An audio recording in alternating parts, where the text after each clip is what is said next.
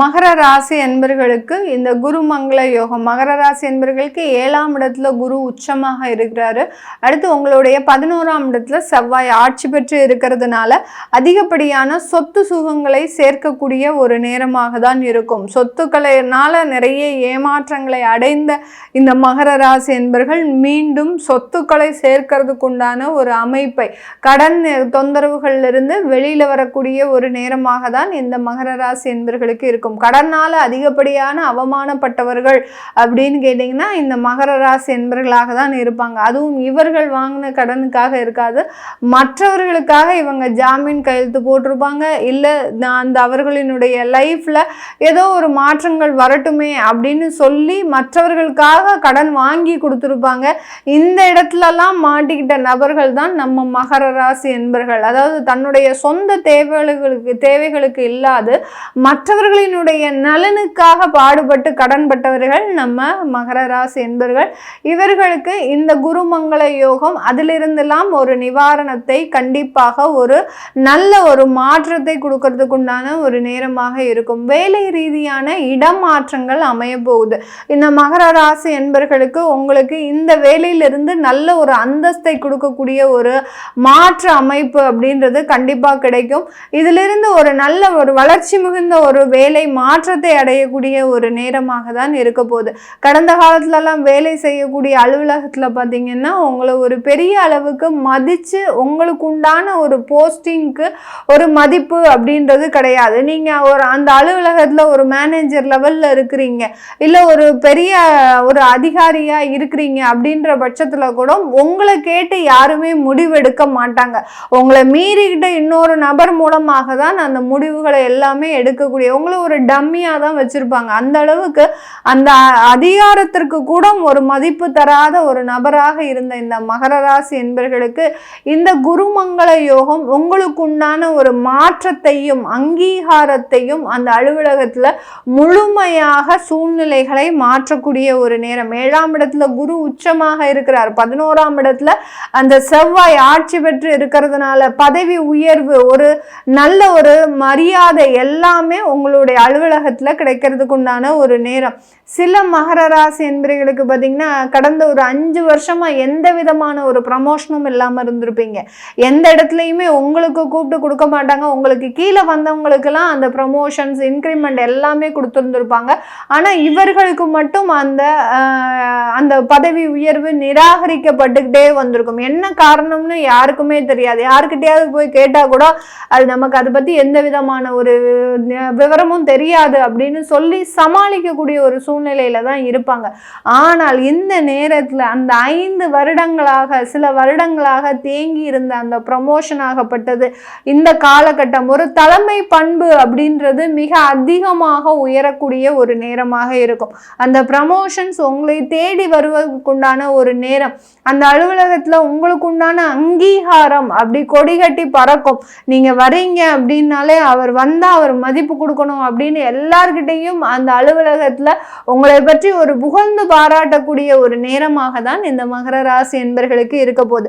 நிறைய மகர ராசி என்பர்கள் தன்னுடைய டாக்டரேட் சம்பந்தப்பட்ட விஷயத்துலலாம் நிறைய பேப்பர்ஸ் போட்டும் உங்களால அந்த டாக்டரேட் விஷயத்தை நீங்க வாங்க முடியாம இருந்தவங்களுக்கு இந்த காலகட்டம் அதற்குண்டான ஒரு நிவர்த்திகள் அப்படின்றது கிடைக்கும். ஒரு 3 வருஷம் 4 வருஷம் ஆச்சு, நானும் தொடர்ந்து அந்த டாக்டரேட் விஷயத்துக்காக முயற்சி செஞ்சுட்டு இருக்கிறேன், என்னால எந்த விதமான ஒரு அடுத்த ஸ்டெப்புமே போக முடியல, என்னுடைய கைடு என்ன ரிஜெக்ட் பண்ணிக்கிட்டே இருக்கிறாங்க, எந்த விதமான மூவ்மெண்ட்டும் பண்ண விட மாட்டேங்கிறாங்க அப்படின்னு சொல்றவங்களுக்கு அந்த மாதிரியான உயர் படிப்புகள்ல நல்ல ஒரு அங்கீகாரம் அப்படின்றது கண்டிப்பா கிடைக்கிறதுக்கு உண்டான ஒரு அமைப்பாக தான் இருக்க போகுது. இந்த மகர ராசி என்பர்கள் தன்னுடைய குழந்தைகளுக்கு தேவையான எதிர்கால இன்வெஸ்ட்மெண்ட்டை சேர்க்கக்கூடிய ஒரு நேரம். உங்களுடைய குழந்தைகள் பேர்ல சில சொத்துக்களை சேர்க்கறதுக்கோ, உங்களுடைய குழந்தைகள் பேர்ல ஏதாவது ஒரு லாங் டேர்ம் இன்வெஸ்ட்மெண்ட் பண்றதுக்கோ உண்டான ஒரு நேரம் தான் இந்த மகர ராசி என்பவர்களுக்கு. அதனால இவர்களினுடைய வருமானமும் அதிகரிச்சுக்கிட்டே இருக்கும். இந்த குருமங்கள யோக காலகட்டத்தில் பார்த்தீங்கன்னா இந்த மகர ராசி என்பவர்களினுடைய வருமானம் இரட்டிப்பாகிறதுக்கு உண்டான ஒரு அமைப்பு. வெளிநாட்டிலலாம் இருக்கிறவங்க இவர்கள் சுயமாக தொழில் தொடங்குவதற்கு உண்டான ஒரு நேரம்.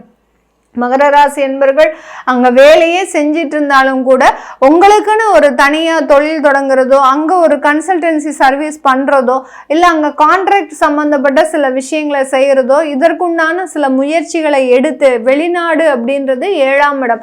அந்த 7ஆம் இடத்துல குரு உச்சமாக இருக்கும்போது வெளிநாடு சம்பந்தப்பட்ட வாய்ப்புகள் இந்த ராசி அன்பர்களை தேடி வருவதற்குண்டான ஒரு அமைப்பாக தான் இருக்கும். அடுத்து தொழில் ரீதியான சில முன்னேற்றங்கள் மகர ராசி என்பர்களுக்கு பார்த்தீங்கன்னா உற்பத்தி சார்ந்த தொழில்ல நல்ல ஒரு லாபங்களை அடைவதற்குண்டான ஒரு நேரம். நீங்க இந்த காலகட்டம் எக்ஸ்போர்ட் சம்பந்தப்பட்ட உங்களுடைய தொழிலை விரிவுபடுத்துவதற்குண்டான ஒரு நேரம். கடந்த காலத்துல எல்லாம் தயக்கம் அதிகமாக இருக்கும் மகர ராசி என்பர்களுக்கு. நமக்கு நேரம் நல்லா இருக்கா என்னன்னு தெரியலையே, நமக்கு வாய்ப்புகள் வருது ஆனா நம்மளுக்கு செய்யறதுக்கு தயக்கம் தான் அதிகமாக இருக்கு இந்த மகர ராசி என்பர்களுக்கு. அதனால இந்த காலகட்டத்துல அந்த எக்ஸ்போர்ட் சம்பந்தப்பட்ட ஒரு முடிவுகள் ஒரு துணிச்சலோடு ஒரு தைரியத்தோடு களமிறங்கக்கூடிய ஒரு நேரமாக தான் இந்த மகர ராசி என்பர்கள் உற்பத்தி சார்ந்த தொழிலில் இருக்கக்கூடியவர்களுக்கு அதிகப்படியான ஒரு லாபத்தை கொடுக்கறதுக்கு உண்டான ஒரு நேரமாக இருக்கும். இரும்பு சம்பந்தப்பட்ட ரீட்டைல் பிஸ்னஸ் பண்றவங்க, அதாவது மைன் வச்சிருக்கிறவங்க, குவாரிஸ் வச்சிருக்கிறவங்க, இவர்களுக்கு எல்லாருக்குமே அந்த ரீட்டைல் சம்பந்தப்பட்ட பிஸ்னஸ் பார்த்தீங்கன்னா அதிகப்படியான ஒரு வளர்ச்சி. கமிஷன் சம்பந்தப்பட்ட தொழிலையும் அதிகப்படியான ஒரு வருமானம்.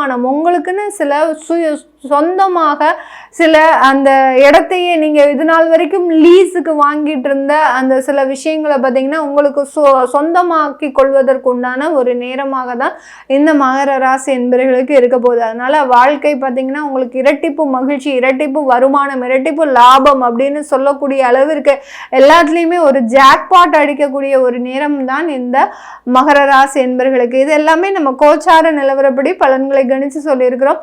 உங்களுடைய சுய ஜாதக தசா புத்தி இந்த குருமங்கள காலகட்டத்தில், குருமங்கள யோக காலகட்டத்தில் எப்படி இருக்க போகுது அப்படின்னு தெரிஞ்சுக்க விருப்பப்படுறவங்க கீழே இருக்கிற நம்பருக்கு வாட்ஸ்அப்பில் அப்பாயின்மெண்ட் வாங்கிக்கிட்டு நீங்கள் கன்சல்ட் பண்ணிக்கலாம்.